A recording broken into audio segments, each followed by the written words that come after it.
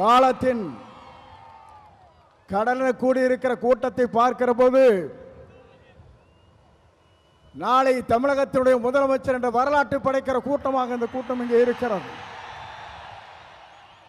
எல்லோரும் சொன்னார்கள்,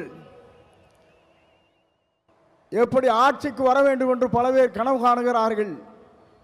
ஆனால் தமிழ்நாட்டு மக்களை பொறுத்தவரையிலும் நாளை தமிழ்நாட்டை ஆளப்போவது புரட்சி தளபதி தான்.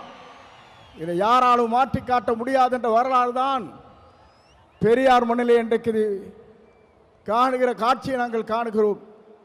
சமுதாயம் என்பது தந்தை பெரியார் அவர்கள் குறிப்பிட்டதைப் போல ஏழை மக்களுடைய கண்ணீரை தீர்ப்பதற்கு ஒரு நல்ல தலைமை வேண்டும் என்று பல நாட்களாக மக்களுடைய கனவு இன்றைக்கு நிறைவேற்றப்பட்டிருக்கிறது. மிக விரைவிலேயே தான் அந்த கனவு என்பது எல்லோரும் கூடுவார்கள், கூட்டம் கூடும், கலைந்து போகும். ஆனால் நம்முடைய கூட்டத்தை பொறுத்தவரையும் எதிர்கால தமிழகத்தை உருவாக்க இருக்கிற வெற்றி கழகத்துடைய தலைவர் அவருடைய வரலாற்றை படைப்பதற்கு இங்கே பெருந்திரளாக இங்கே வருகின்றிருக்கிறீர்கள்.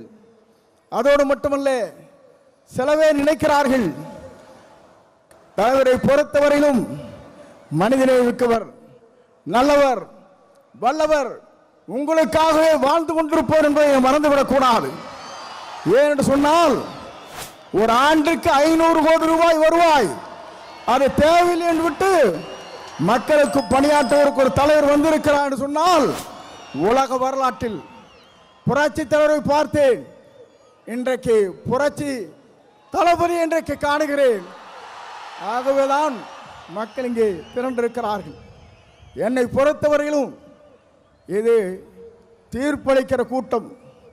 தீர்ப்பளிக்கிற கூட்டம் மட்டுமல்ல, நீங்கள் திரண்டு வந்தால் நாடே தாங்காது என்கிற முறையிலே தான் இங்கே அற்புதத்தை தின்று கொண்டிருக்கிறீர்கள். உங்களை பொறுத்தவரையிலும் எதிர்காலம் பிரகாசம் உள்ள எதிர்காலமாக மாறப்போகிறது. எல்லோரும் சொன்னார்கள், எவ்வளவு வெற்றி பெற போகிறான் சொன்னார்கள். 234 அவர் ஆரை விரல் காட்டுகிறாரோ அவர் தான் தமிழ்நாட்டில் சட்டமன்ற உறுப்பினர் என்ற வரலாற்றை படைக்கின்ற அளவிற்கு நீங்கள் வாருங்கள், வெற்றி தேடி தாருங்கள் அழைத்து விரைவுகிறேன். நன்றி, வணக்கம்.